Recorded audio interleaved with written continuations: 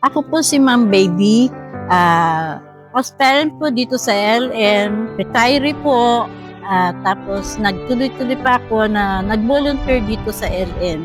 Ito pa yung aking nahanap na ma-experience ko din yung paano ang mag-alaga ng matatanda, although elderly na rin ako. At nag-i-enjoy po ako sa ginagawa ko hanggang ngayon.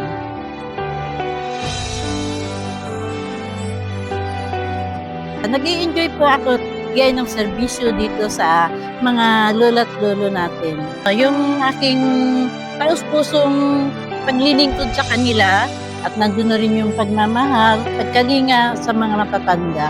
Yun po ang mahigit sa lahat na nagawa ko dito sa LM. Kaya sana po, ganun din ako pagka elderly na nga ako, ganun din sana ang magiging mabalik sa akin.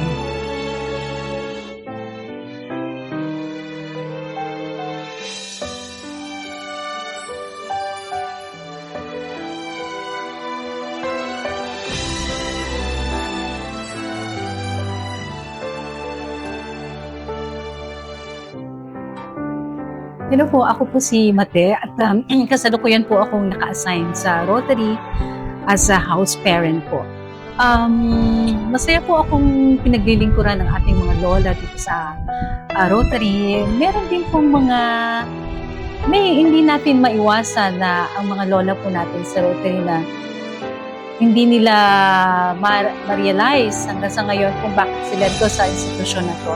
Ngunit bilang isang house parent, ito po ay isa sa mga role namin na yung value, yung warmth na at saka yung they deserve to be respected, yung dignity nila kung saan man sila nagmula, nanggaling, iba-ibang klase ng storya, iba-ibang klase ng buhay, may malungkot, may masaya, pero nandito po sa loob ng luwalhati ng Maynila.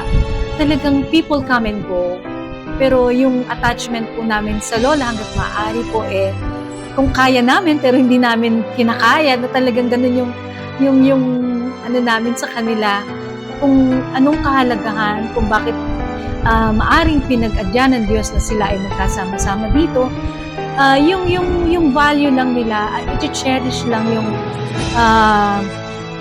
kung ano yung mga na-share nilang wisdom din sa amin bilang house parent, ay binavalue din namin. So, ang masasabi ko po, masaya silang paglingkuran na kahit sa kakulitan, hindi po yun talagang mayaalis sa ating mga lola. Ang importante po dyan, nai-impart po namin sa kanila, kundi hindi lang po salita ng Diyos, hindi lang po yung importansya ng buhay, kundi yung pakikipagkapwa-tao po nila sa isa't isa.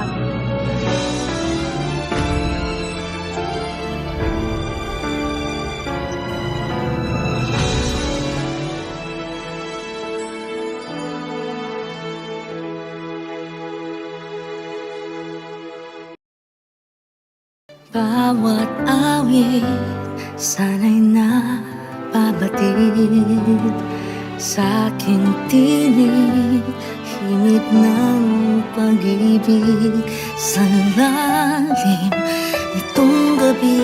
Tanglaw ka sa'kin, matilim man ang langit, kasama kong maging hanggang dulo. O hanggang dulo, bawat pagsubok, di ka sumuko. Maging hanggang dulo, o hanggang dulo, makakapitan dahil pag-ibig mo ang lakas kailan pa man.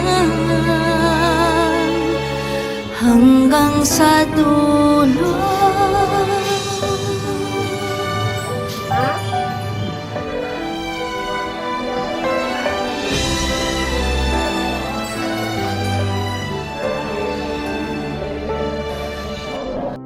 Ako po si Del Garcia, narito po ako ngayon sa luwalhati ng Maynila bilang isang house parent po.